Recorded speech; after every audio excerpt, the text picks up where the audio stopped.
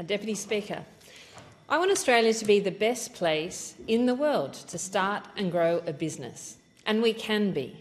But currently we're not, and if we are going to realise this opportunity, we must listen to the businesses we already have in this country and really understand what they need to do better.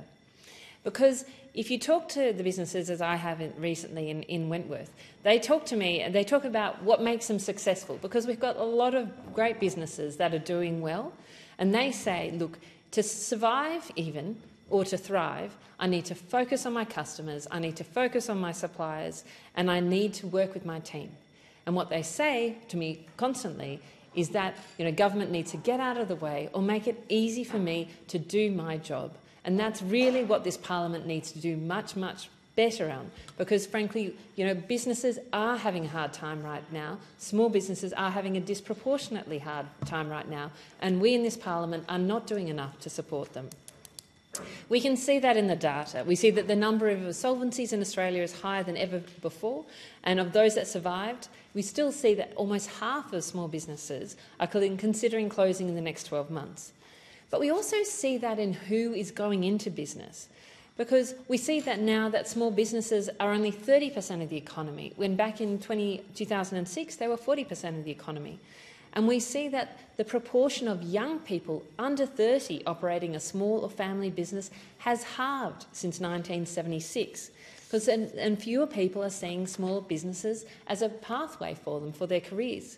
Now, this is really tragic, and this is tragic at a personal level for people, but this is also a problem at our economy level, because E61 has shown that productivity, an issue that we have in this country, is driven by new and emerging businesses, young, dynamic firms.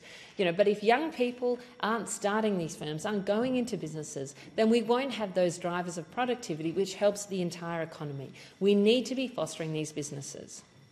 So these are 4 things that I think we as a parliament, we need to fight for, and these are 4 things that I'm fighting for small and medium businesses. Firstly, we need better access to business finance to build the innovative businesses of tomorrow and back our Australian businesses. Australia has a chronic investment shortfall for young firms, despite having one of the largest pension schemes in the world. In the last decade, the proportion of private equity investment in superannuation funds has halved from 60% to 30%, and this is going to be made worse if self-managed super funds are taxed on unrealised gains. But it's not just high-growth tech firms that are struggling. It's also about young people with a great business idea but not their own home to offer as collateral that are struggling. When banks tell me that business lending is red hot right now, the data tells a different story. It shows that business lending is going to the bigger businesses. It is not going to the small and medium businesses that it needs to. Secondly, the award system has become far too complex and needs urgent streamlining. This is, most businesses are not, maliciously underpaying workers, in the small and medium businesses I'm talked to, but frankly, they are struggling with the complexity of the award system. My niece came to me and asked me if she was being paid right as a cafe worker. It took me 20 minutes, and I've employed a lot of people in my time. We need to have a simplified award, and the government could be the government to lead on this. We need to take further steps to make it easy for people to employ people, and it make it easy for employers and employees to know if their pay is right. Thirdly, the government needs to be an ally of small businesses, and that means not an enemy. It means really looking at the regulatory settings to ensure that they're proportional and appropriate for small businesses.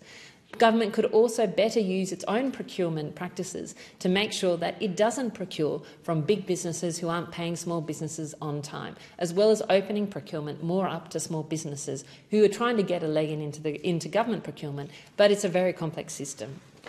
And lastly, we need to simplify and improve the tax system for small businesses. We need permanent tax supports in place that incentivise small businesses to invest and grow, rather than these annual politicking that we see each year around instant asset write-offs. We also need to harmonise or frankly remove payroll tax, because it hits businesses twice, both as a financial tax on each additional worker and also as an administrative tax due to the discrepancy across the different jurisdictions. The challenges of small business aren't new, but they are growing, and we in this parliament need to step up. And timidity from the major parties on these issues, whether it be tax, whether it means fundamentally making awards work for businesses and for employees, they need to step up on these key issues, and I will continue to push them.